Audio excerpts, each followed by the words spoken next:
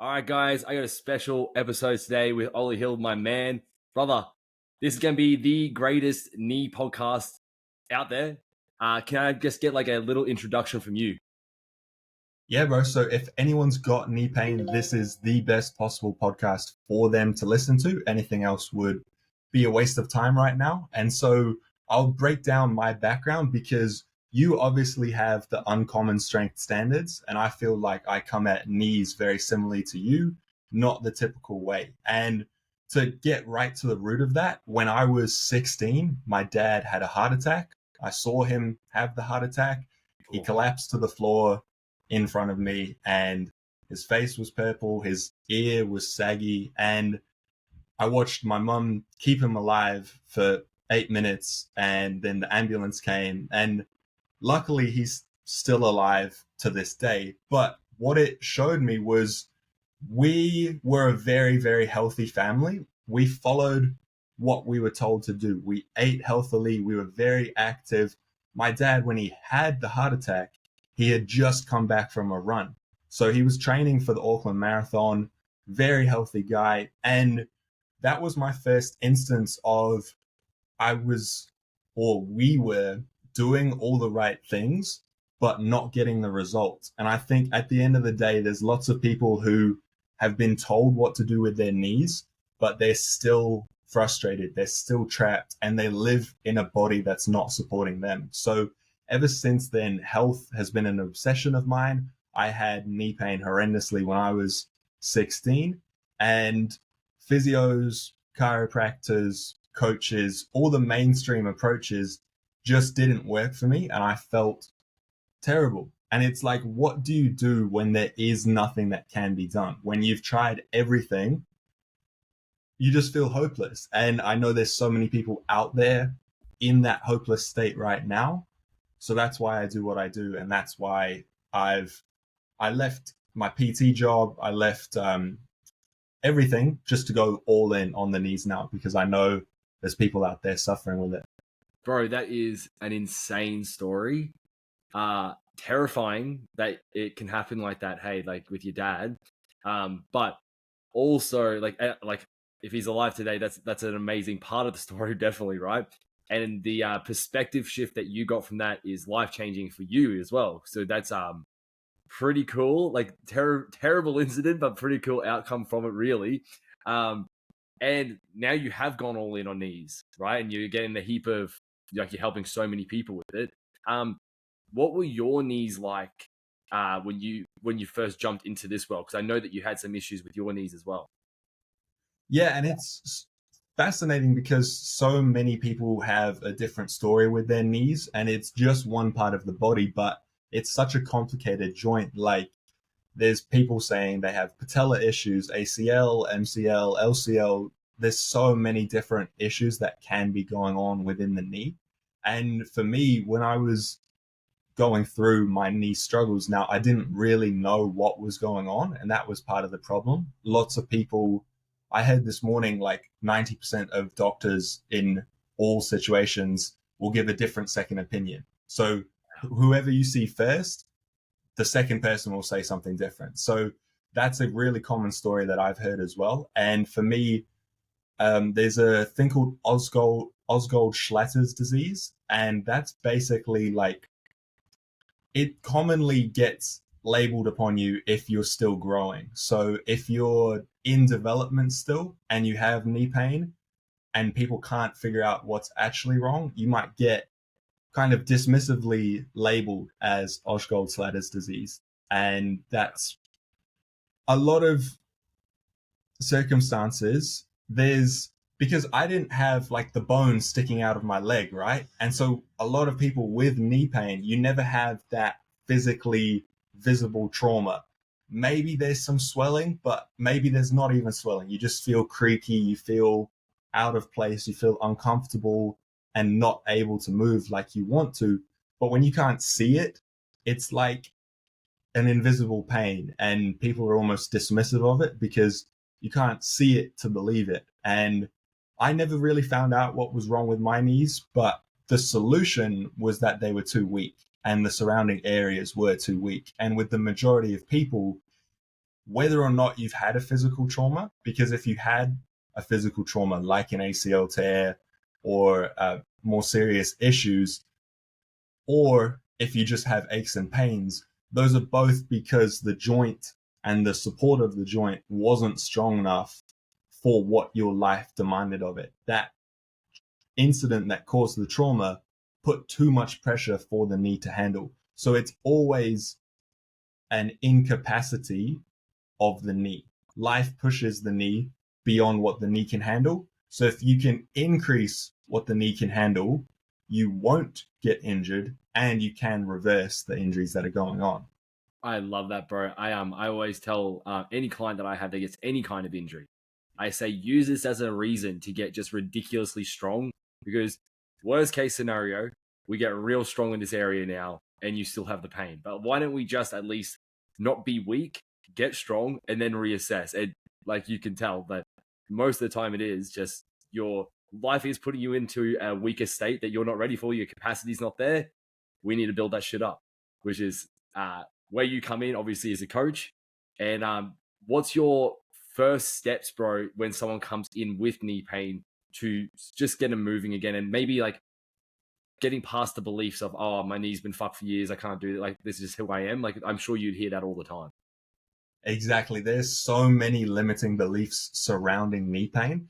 And that's kind of because there's an industry that profits off of the limiting beliefs. If you and I both know, like, the best way to sell someone is to convince them that they have to purchase what you're selling. And if someone is convinced that the only way they can get better is not through their own body, but through some surgery or some external source, then that external source makes way, way more money. So we aren't told about the healing capacity, the strengthening capacity, and there's not the widespread research and information out there about it, because that would take away profit. And so the capacity for your own body to regenerate, but also to strengthen enough to prevent injuries, is under discussed and therefore under known about by most people. Like, people don't realize that it is a possibility for you to avoid surgery if you have knee pain, or for you to build back to better than you were before surgery if you did end up getting surgery. So there's a 3-step process which every single person with knee pain has. Now, I don't care if you've had double knee surgeries. I work with people that have had multiple knee surgeries that have done nothing for them. And it's multiple surgeries on the same knee. So I think one of my friends, he had 2 on the left knee, 1 on the right knee. And it's like, he's considering a 4th. But Wow. it's obviously, like, when you look at the result, it's not producing the result you want. So why would you keep trying the same method? It's that Albert Einstein quote about repeating the same things, insanity. So Absolutely. heal, lengthen, strengthen. 3 steps in that order, but also simultaneously the whole time. Now, if someone's doing those 3, if you do each of those 3 to the right extent for your knees, you can get back to wherever you want to be. Oh, that's amazing, bro. And I think out of every single thing that people could take from today, that was probably the number one thing, even though we're going to go way more in depth. It's that your body is capable of so much more than you think it is. And surgery should be the last resort. Let your body do what is best, that it can do best, and give it the respect it deserves, and know that you are in control. Don't be that victim to it all. It's not you're being so hard done by. You're getting given this moment to be the best you can be the strongest you can be, to see what your body's capable of. And I think that lesson alone is huge. So walk me through what the next steps are, bro. So we got heal, lengthen, strengthen. Was that the order? Heal, lengthen, strengthen. Beautiful. Okay, take me through the next steps from there, bro. That sounds amazing. Yeah, so I'll just quickly touch on how important it is for people to realize that you can unlock yourself. Like, Yeah. this is the reason why I am obsessed with the physical, because it just unlocks so much more of us, because we literally can feel our own potential increasing. And that's why my brand is called Climb That Hill, because you get thrown these obstacles in your life, like an injury, and you have to build back up to the top of that hill. And you get a better vantage point, you get better results. And that also makes you see, look around, and feel the perspective of, oh, I've gone so much further forwards. I've climbed so much higher. And that inspires you to climb the next hill, because if you're on a small hill, you can't even see the upper potential. You can't see what's next for you at all, physically, mentally, financially, your whole life. It's just limited by how far you've pushed up. And if you've got an injury knocking you down, that's the perfect catalyst for you to start building yourself up. So what we do to start that journey, if you have pain during a movement, you are making that trauma worse. So anything we're doing in the early stages, we need as much movement as we can with absolutely zero pain, because pain is the trauma being re-traumatized. But movement without pain is literally healing. So every single time you can move that knee without hurting it, you are healing it, because movement induces blood flow, which induces oxygen and nutrients into those tissues. The more blood flow and oxygen and nutrients we can get into those tissues, the sooner we will be recovering. If you think of an injury or a little niggle that you might have got out in the bush when we were hunters many, many years ago, they weren't going to a physio, or they weren't just immediately written off. Like, you can bounce back. And so I just have to break this down, because when we have the option of surgery like we do now, humans love preserving effort. We don't want to struggle when we don't have to. So a lot of the time, rehab doesn't accomplish what we want it to, because there's always the backup of surgery. So you almost have, now some physios are great, but you almost have this physio industry where it doesn't matter if it works or not, because you can just pass them over to surgery. So when there is a second option, when there is a plan B, you don't go all in on plan A. And so for me, I didn't have that plan B. I was young. I was already costing my parents a lot in physio, and no one could tell me what was wrong. So I just didn't believe there was a plan B there. And I was 16, thinking I'd be an old man for the rest of my life. So that wasn't going to happen. So plan A, I had to make it work. So when you have to make it work, there is a way out. And that's what I wanted to clarify to people who haven't found relief yet. It's because you might have been working with someone where there was a plan B, or someone who was trained to allow there to be a plan B. But healing, we want to go high reps. We want to go shortened partial range of motion for many, many exercises. The Patrick step up is a classic one. Walking backwards on the sled, both of those examples right there are very short range movements for the knee, which pump them full of blood. And what they do is they work the muscles without working the connective tissues. So around every joint, you've obviously got the muscles, the tendons, and the ligaments. The tendons and the ligaments and the cartilage even take a lot longer to bounce back. If there's damage, such as stretch or trauma to those areas, they take a longer time to bounce back. They still regenerate, but not as quickly as muscle. So the Patrick step up and backwards walking, backwards sled, backwards jogging, those specifically emphasize the load on the muscle rather than on the connective tissues. Now, your connective tissues are probably where the trauma is, because your muscles will have bounced back by now. But it might be the ACL, because that's a ligament, the MCL, the patella, all in there. That's probably where the damage is. But the beautiful thing is, when we can send blood flow to muscles, if the ligaments, and well, because they're all intertwined, right? So you can't activate and send blood to the muscles without sending the blood to the tendons and ligaments as well. So we work and we load the muscles, but we flush and we heal the tendons and ligaments at the same time. Does that make sense? 100%, bro. That's one of the first things that I tell anyone with any kind of like, I've got a client with tennis elbow, and I made a video for him. I think I said blood flow like 60 times. I was like, sorry, I keep saying this, but like, this is the thing that you need to realize will fix it. Like, you can't just sit in bed and be like, oh, fuck, I wish my arm wasn't hurting anymore. It's like, go pump it full of blood. Like, that's the thing that needs to happen. So absolutely get that fresh blood with all the oxygen, nutrient rich, flushed all out. Now that we've flushed it out and we're not pushing through pain, that's obviously the main thing there. We're not adding more trauma to it. What's the next step? So the next step is people need to realize that there's always a reason why this trauma occurred, because the human body doesn't break down by itself. Now, some idiots say that we were designed broken, but that's just not true. We were designed very, very well. And when we are using ourselves correctly, when we are fueling ourselves correctly, when we are moving correctly, we will not break. So if you have broken, and being broken is being incapable of doing what you want to do. So if you have been broken, then that's because something was going wrong. The most common reason for things to be going wrong is movement patterns being off and muscle tensions being off. Because around every joint, you have something called the RC factor.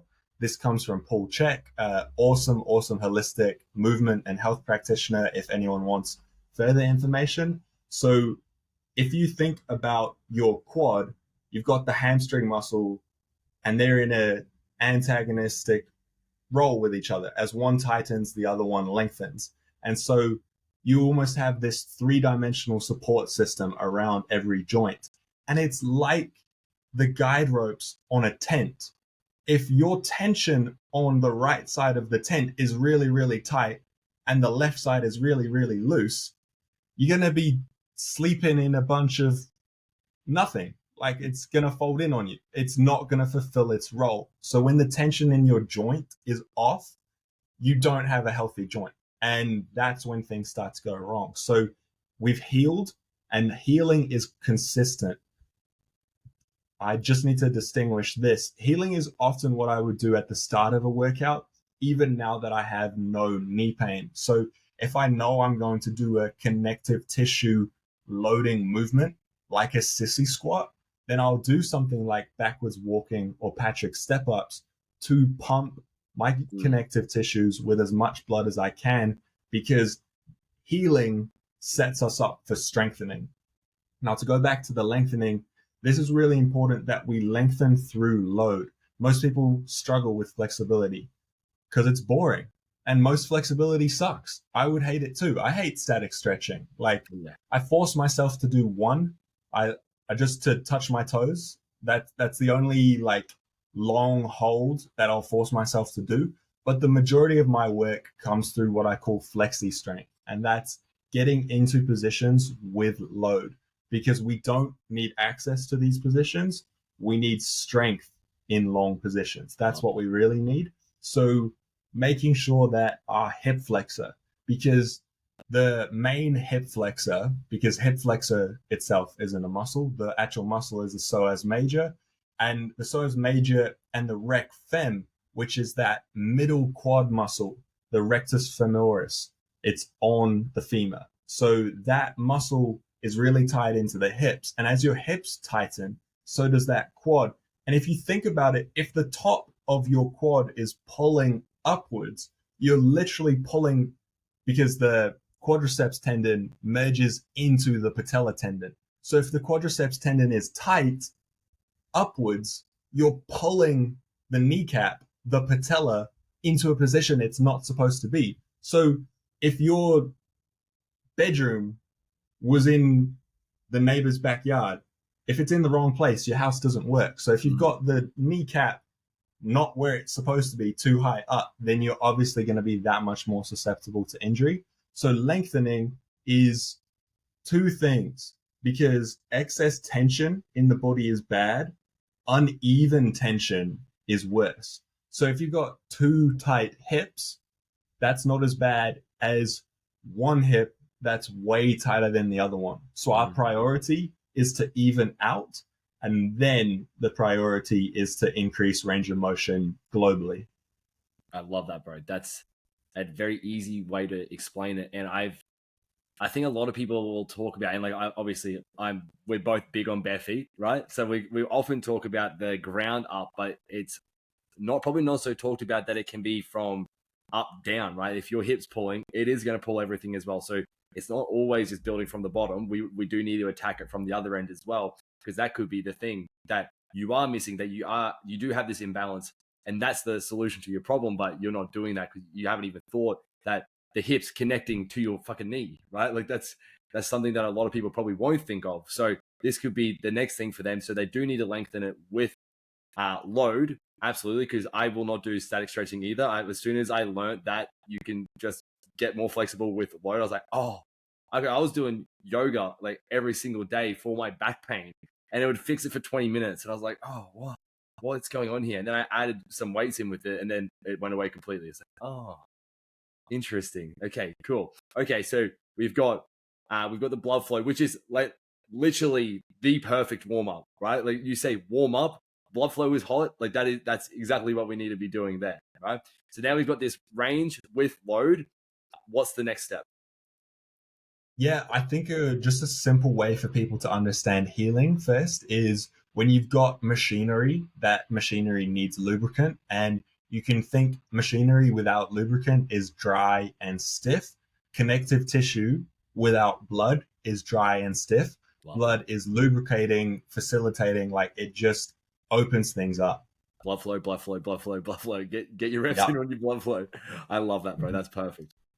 So then to get into the strengthening, there's so in my app, which I do use, I have 20 different exercises and we have 26 progression levels for each of those exercises. Whoa. Because what you need, like this is a map for someone who can't walk without pain, all the way to someone who wants to do MMA without pain. And so in order to be capable of those things, you just need your support systems correct. So if we look at now, this is the immediate stuff because the whole body is connected.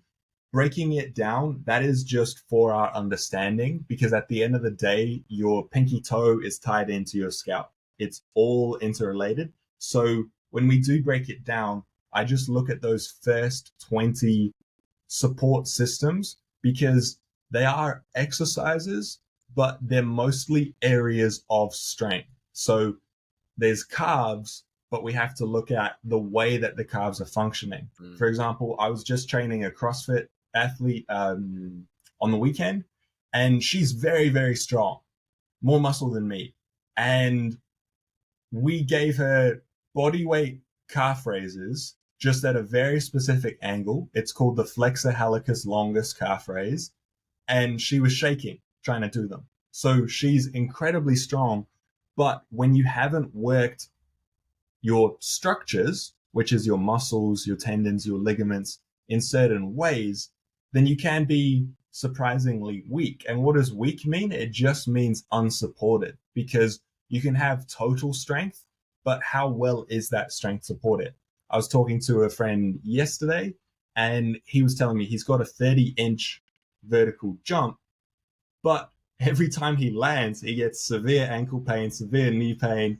So what's And the I point? was, Yeah. yeah, Yeah. I was saying to him, I'm like, okay, so you don't really have a 30-inch vertical then because You're you not going to can't do it. do it. It's going to hurt. Yeah. Yeah, exactly. And what's really good is he's got the acceleration, obviously, to get up. He hasn't got the deceleration to catch himself. But once he gets the deceleration, his nervous system will stop holding him back and he will easily be well over 30 inches very quickly. That's amazing. Hey, because I was actually quite similar.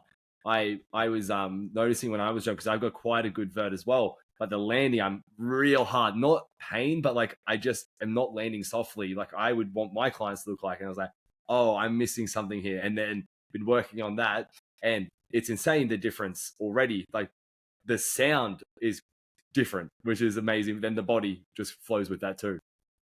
Yeah, there's a famous example which I use because everybody loves bench press. I love Charles Poliquin in his book, The Poliquin Principles.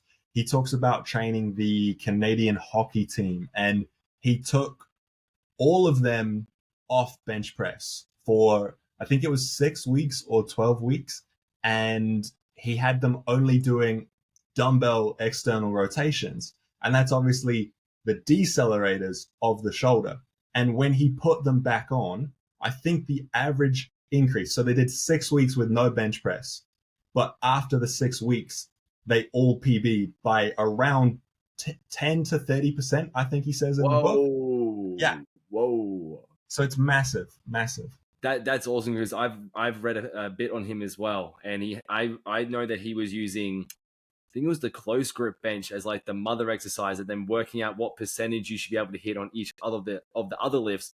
That's going to all add to your bench press. Really cool. And the external rotations one is like you should be able to do 10% of your close grip PB. I'm pretty sure. And I was like, whatever. And then I'm like, oh, I've just found a weakness. And then I went through the rest of them. I'm like, oh, I'm not at any of the standards here.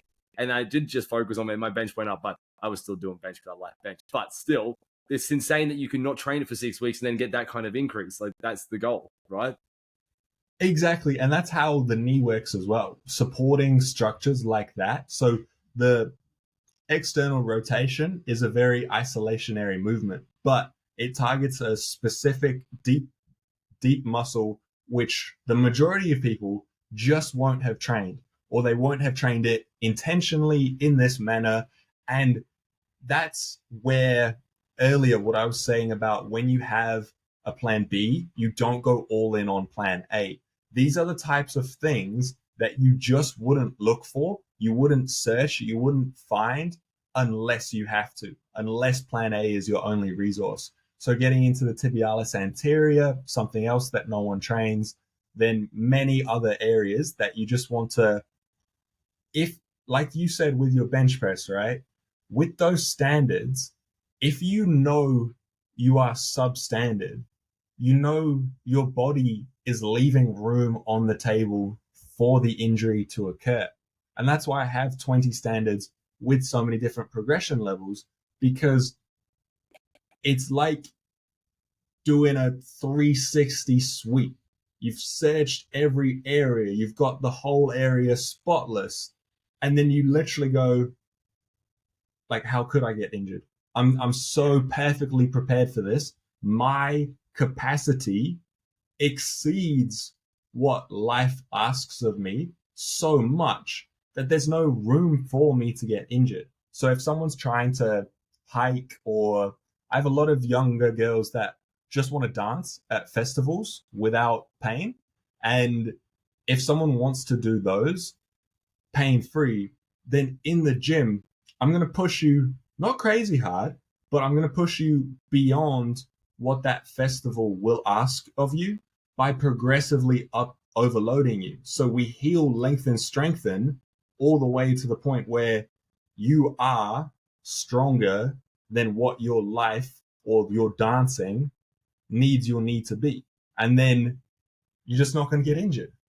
I love that, bro. That's a perfect example, especially with the 360 sweep. Because if you, like you said, if you've got that plan B of surgery there, if you at least go through and do a full 360 sweep, ticking off all the standards that you're beating the standards, if for some reason at the end you're still in pain, now we can maybe talk surgery.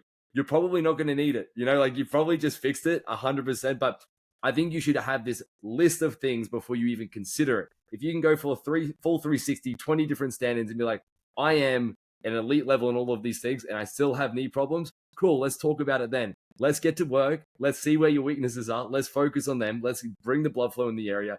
Then we can talk. But until then, I don't fucking hear about surgery. Exactly. And it should be that way around first, obviously. And it's almost, well, it is backwards that surgery gets considered almost at any point. Like it's quite bizarre when I have 20-year-olds telling me, oh, I'm just getting old. 27, and they're like, oh, yeah, my knees are just gone. And then like 30-year-olds, 40-year-olds, are you trying to write yourself off for the rest of your life? Like, it's just accepting, and that's death, right? Because what is life? Life is possibility and freedom. And so the loss of possibility and freedom is a loss of life, and that's death. So accepting that is horrendous. Dude, that is goosebumps for me because I always say, I'm like, more movement is more life.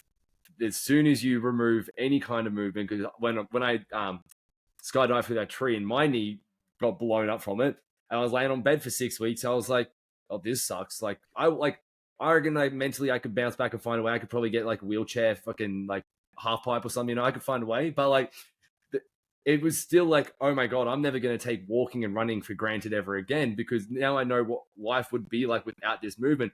And it's enough for me to be able to go for a run and I'm about to stop. And then I'm like, remember that time when you're on bed and you didn't, that's not the life you want. Live more and keep running right now. You won't regret it. Exactly. And I think if someone can tap into that fuel as well, that's why, it gives people a way out. That's why it's so devastating to hear people that have accepted limiting beliefs, because you're fueled. Now, when you are injured, you have a high intensity of fuel, and that's high energy.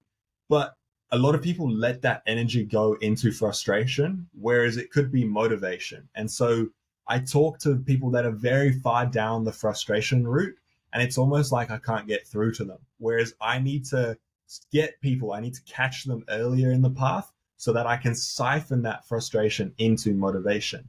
And I feel like I want to be that example to show people, hey, here's where you could take that energy instead. And it ties back into, like you said, with the skydiving incident, like watching my dad's life, like his heart wasn't beating for 8 minutes. I've got the phone call on my old phone where it's 8 minute. It's 000 over here, but it's 111 back home, and it's a 8 minute 111 call. Like, are they gonna make it? And then, but if you take that whole, I need this, I might never have this again, I want this, I appreciate this, like, it's a powerful energy and you can't go wrong by trying. And I think the worst thing that a medical professional could do is convince someone that trying isn't worth their time. That's exactly right, bro. Because that was in the high performance coaching that I've done. It's necessity is what we're talking about. That's what that all summarizes into, right? We need to bring the necessity to drive their focus and energy into this thing. And if someone, like you said at the start, like you get a first opinion, second opinion, different thing. If the first person you talk to says, don't fucking try, go get surgery, your necessities go on. You're like, this is what I've got to do. And you just accept being the victim. Instead, listen to this, find you, like that's the importance of you spreading this message that you can help these people, and then bringing their necessity up, like, hey, this is where you need to focus. And I think with your standards, bro, it's perfect, because it's like, find your weak point. This is your focus, because if they don't have the structure or the know-how to put their energy into something, they won't. So to have the necessity, then have the skills of being able to find their weak point and be like, hey, now let's focus on this and just see what happens. I think that's going to be super powerful for you, bro. It's awesome to hear. Yeah, I think that inspirational example, like when you get told that you shouldn't try, I think that's just the worst thing. And so, like, I typically work with someone that's had 2 or 3 years of knee pain and nothing has helped. Like I said, multiple surgeries with no improvement, and they're still limited in their range of motion. So I feel like that person is usually desperate enough to try something. And there's two options. Like, you can give up and you can live limited, like we said, which is death. You can live a more dead life, or you can keep trying and you can build yourself back. And like, just above me, I have some reminders written on the wall, and one of them is live like I have 24 hours left to live. And so if I had those last 24 hours, I would not half ass giving myself the best chance I could. I would be doing everything I could. And so don't get convinced by other people into smaller aims, because some things that people have been told are just ridiculous. Like, oh, you just have dodgy ankles. I'm sure you hear that a lot. Yeah, it's like, no, you weren't born broken. Like, you weren't just, no, like, you've got weak ankles and you can strengthen that. And if you haven't been able to use exercises so far, you weren't shown the right map, you weren't shown the right progression, you weren't shown the right exercises. But it's like, how badly do you want it? If you go on to one person and their exercises didn't work, did you quit? You didn't want it that much. That's exactly right. It's like, do you think you're going to achieve the life that you want by quitting? No. Go fucking find another way. Like, it's that simple. But it's also frustrating for when people are in pain. When people are in pain, that's all they can think about. That's the only thing they want to get away from. But realizing that if you just quit now, that's the life you've chosen to live, and that's how you're going to be forever. And you're not going to be your best self. You're not going to live the life you want. keep looking for the answers. Know that your body is stronger than you can ever imagine. You just need to give it the right inputs, right? And this is the start here. Just acknowledging that you're in control. Yeah, I think to give someone the best chance of fixing themselves right now, you just mentioned focusing on that pain, whereas the very first step, so even before healing, lengthening, strengthening, the very first step is getting exact clarity on what you would like to get back to. So it's Mm, different for every person. For many people, it's not being limited. They want to be able to play with their children. For many people, it's sport. For others, it's running. So really picture what you are coming back to, feel what it'll be like to have the relief of not having this take up so much headspace. A knee injury, any injury, can just absorb your whole headspace and you don't think about anything other than the pain all day. Let's switch to what's that relief? What's that joy? What's that freedom going to be like? What's it going to sound like? Is it a sports pitch? Is it playing with your children again? Is it a run club where you can socialize? Like think of all the experiences, feel the all the emotions that you gain back by unblocking yourself, by climbing this obstacle. And that's the initial fuel that gets you to work. Right. I love that so much. And the thing is, like, you don't need to get to this dream goal next week, right? Like we can put in a lot of little milestones. And with because I've had a heap of knee guys as well that I've helped just through the blood flow and all the steps you're laying out. You've gone way deeper in it, which is awesome for me because it just helps me as a coach too. But the little things that you don't realize is like when someone goes, well, it didn't hurt to go down the steps today. That's like, you obviously your main goal is like being able to go sprint with kids. But if you can get down the stairs now without hurting, or even person I had, he could only go the steps 1 foot, like 2 feet per step. He goes, oh my god, I just went up and down just like 1 foot per step. It's like that's such a little minor thing that most people will never imagine like would be them. And now he's doing box jumps, right? But he couldn't do box jumps then. It was just a step victory. But realize that there's lots of little victories on the way, and every step out of pain you're going to appreciate, and it's worth the energy putting into this area. And going upstairs feels incredible for me. I bounce up the stairs. It's Yeah. joyous. And I lost that. I went upstairs sideways for probably about 6 months. And like you see Kamaru Usman, lots of your guys are fighters, and he's gone downstairs backwards. And he says it's for preservation, but like No. that's already limitation. Yeah. So Yeah. yeah, No. you're He's already pretty damaged at that point. And then I think just like mapping that out and letting yourself feel those steps along the way and giving yourself credit for them as well. Like I literally I have some people where a large part of my value is the hyping up that I give them. When they say I did a 15-minute walk, no pain today, and I could only do 5 a month ago.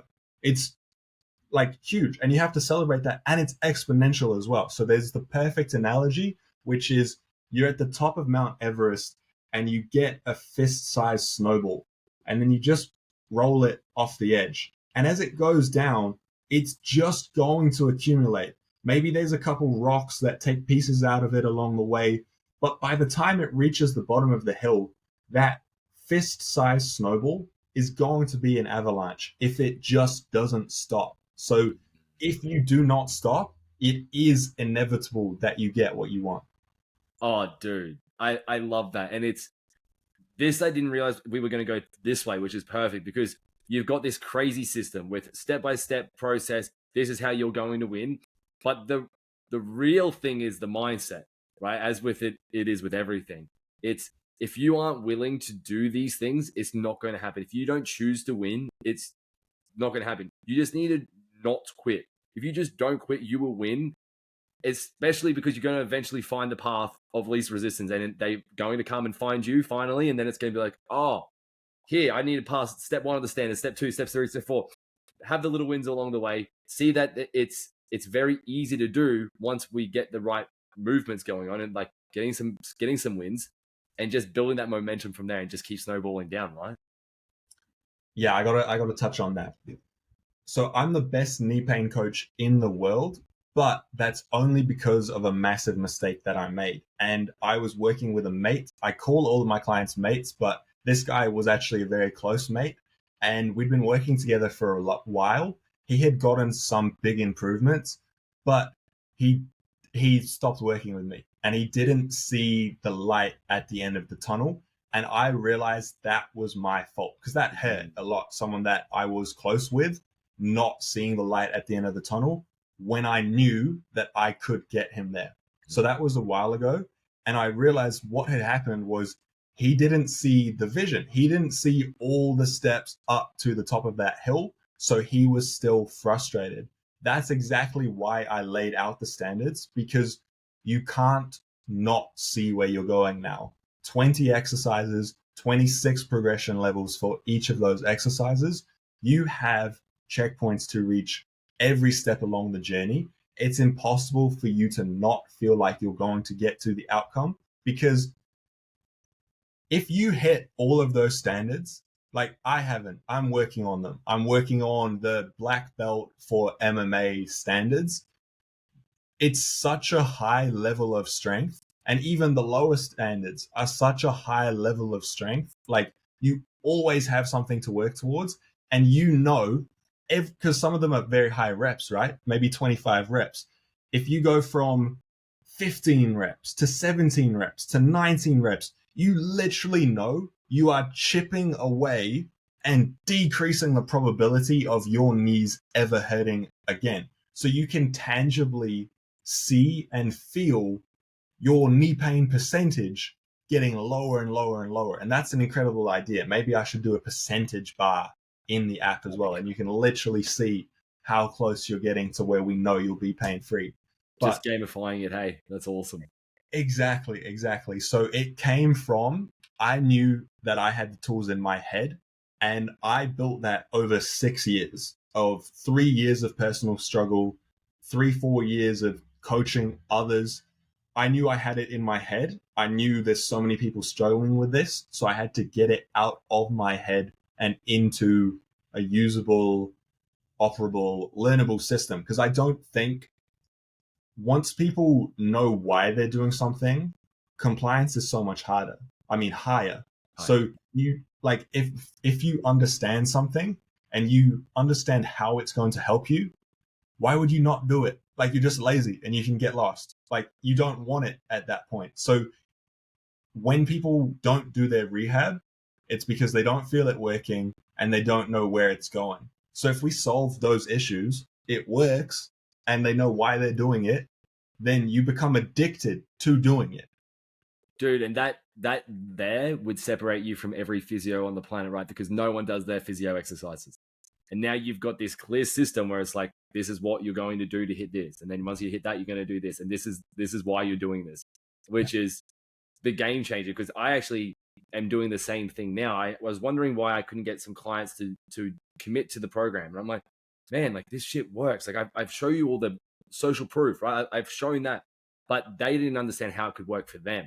So you showing them that this is why they're doing it for this reason, it's like, oh, okay, I'll just do that thing. Like it's so simple now.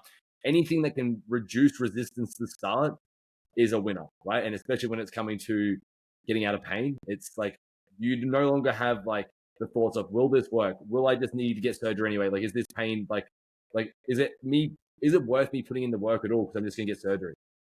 But then it's like, okay, cool. It's not just getting away from surgery. We're actually like building up to be like elite movement. Like we're gonna be able to build up to this crazy level of standards. It's like a life that you weren't even at beforehand. I want you to be there. And I've got the way. So it's just clarity that takes the resistance away. And when someone tells me they haven't been doing their exercises, the thing is, if you believe, if you're not all in on plan A, then you convince yourself that you're the problem. Because a lot of people, like, I didn't realize that physio wasn't going to cut it. Like when I asked my mom to go to physio, I was like, oh, I'll be right. I'll be good. I'll be back. And then everyone has that belief because like the medical industry just in general is very good at positioning as an authority. So when you do the thing the authority told you to do, but it doesn't work, we blame ourselves. And so we say, oh, I haven't given my all to the rehab exercises. I tried and then like I kind of fell off. You fell off not because of an issue with you, but because the exercises weren't working. If you're telling me you're someone who's had knee pain for years and the exercises made you feel 10 out of 10 better, there's no chance in hell you'd stop them. So it's because they didn't make you feel good enough. So people beat themselves up about it. And like often when I'm sort of doing a consultation, they'll be like, oh, I didn't give my all in the past, or like I didn't stick through with the plan. And I'm like, and they sort of say it to me hesitantly, like they feel guilty about it. And I'm like, no, like you don't have to feel guilty about that. That's not on you. That just means it wasn't good enough what you were given. Yeah. Yeah, that's so right, bro. And the crazy thing is, which I'm sure you've seen, is how fast adding in some of these exercises will improve. Like I've had clients where it's like the first week they're like, wow, my knees have never felt like this in the last 5 years. And then instantly they're like treating me like I'm a god. I'm like, yes, I have the answers, right? But now they've got hope. They're like, oh, okay, what's next? Like they weren't asking what's next. They were in that like misery loop of like, nah, my knees are just fucked. I'm old. Like I've been doing. Like I got one client. He's like, I BMX real hard, and he's a savage. It's awesome. But he's like, I can't deep squat or anything like this. It's just I don't know. Like I couldn't see it getting any better. And then within 1 week, he's like, oh, I think it was even before I signed him up. I gave him like some free exercises. I was like, wait, bro, try this. And then he was like, okay, this is getting better. Where do I sign up? You know what I mean? Because it's like, if that's what I can do within a week, it's like, what can we do in a year? Which is super exciting, which is your standards, right? It's like, let's build this shit up. Yeah, exactly.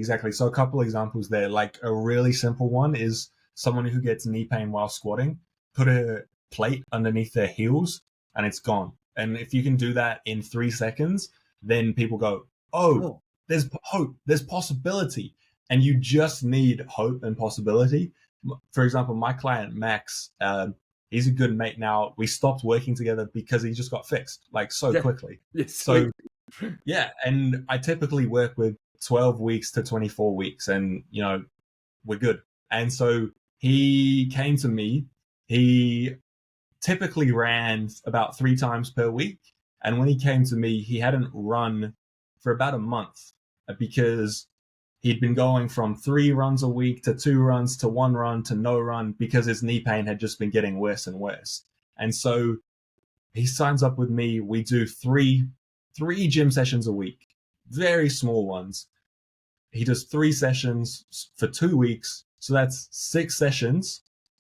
On the weekend of the second week, he runs a half marathon pain-free. Oh my God. Yeah. 0 running for about 6 weeks. We do 6 strength sessions and he runs a half marathon. Wow. And close to a PB as well. And it's just like, so you and I, you know, like when someone says, oh, I've got dodgy ankles, I've got dodgy knees, we almost laugh because it's like, no, you just haven't been shown the way. Yeah.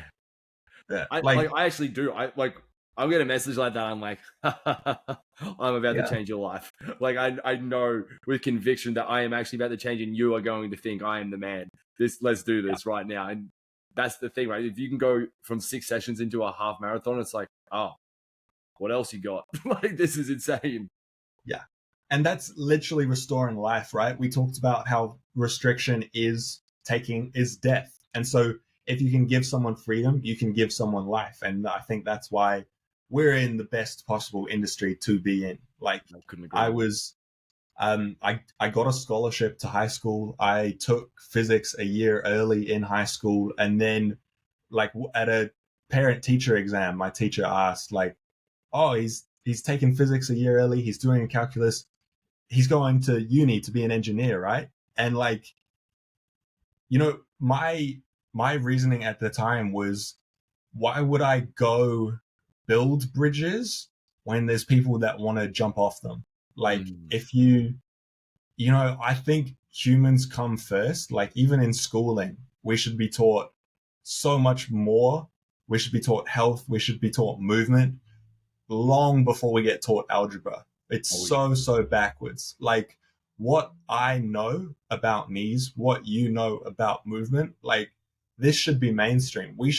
I'm working to make myself obsolete. Like, I don't want this to be hidden knowledge. Like, this shouldn't be a cult. And that's why I messaged you to get on this podcast. Like, I was walking around the local uni the other day, just going up to people saying, hey, do you know anyone that has knee pain?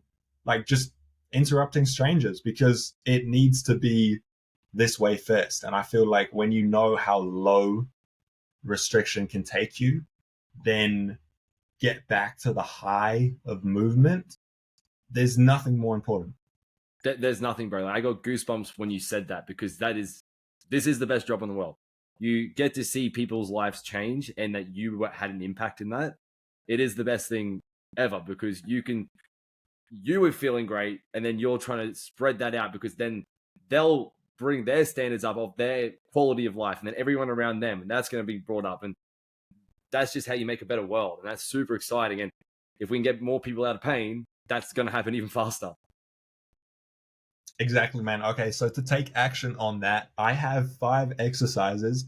Now, I give these away as a freebie. I probably won't for much longer, because there's 5 exercises. Now, in the full app, you have 20 exercises, 26 progression levels. So that alone is 400 exercises, and then 400 variations. And then you've got all the combinations, because everyone will be at a different standard for each. But these 5 exercises, I call it the starting 5 protocol. I won't give it away for free for much longer, because, to be honest, it is so effective. It wraps it up so quickly. So I've got to be generous, but I also have to help people still. Yeah. So it's a link. I'll give it to you so you can chuck it in the link in the bio. People just enter in their email and password, or make up a password, enter in your email, and then they can see these 5, which should be performed right before sport, right before a run, and up to 3 times a week, just included within your gym routine. And that'll eradicate so many issues. I couldn't agree more. I don't even know what they are, but I know the power of one exercise can do. Like, I've got one that I'm like, you got knee pain, I'm going to send you this video right now. So I have 5 ready to go. If you are struggling with knee pain, what have you got to lose?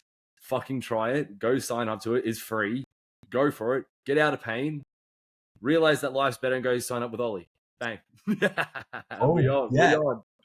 And so, just to wrap up, I really want people to focus on what they want. Stop thinking about the pain, get really clear on what it's going to feel like to get back out there, and now put in the work to get out there. Take action right now, do something right now. Don't just absorb this, because I feel like we've given insane value, and the only thing that can make that better is massive action being taken on the end of the listener. So thank you heaps for having me on. I love what you do, and I love the type of people that you work with. So hopefully I get to work with a few of them as well. Oh, bro, honestly, this is the Greatest Knee podcast. Let's fucking go. This will help many people.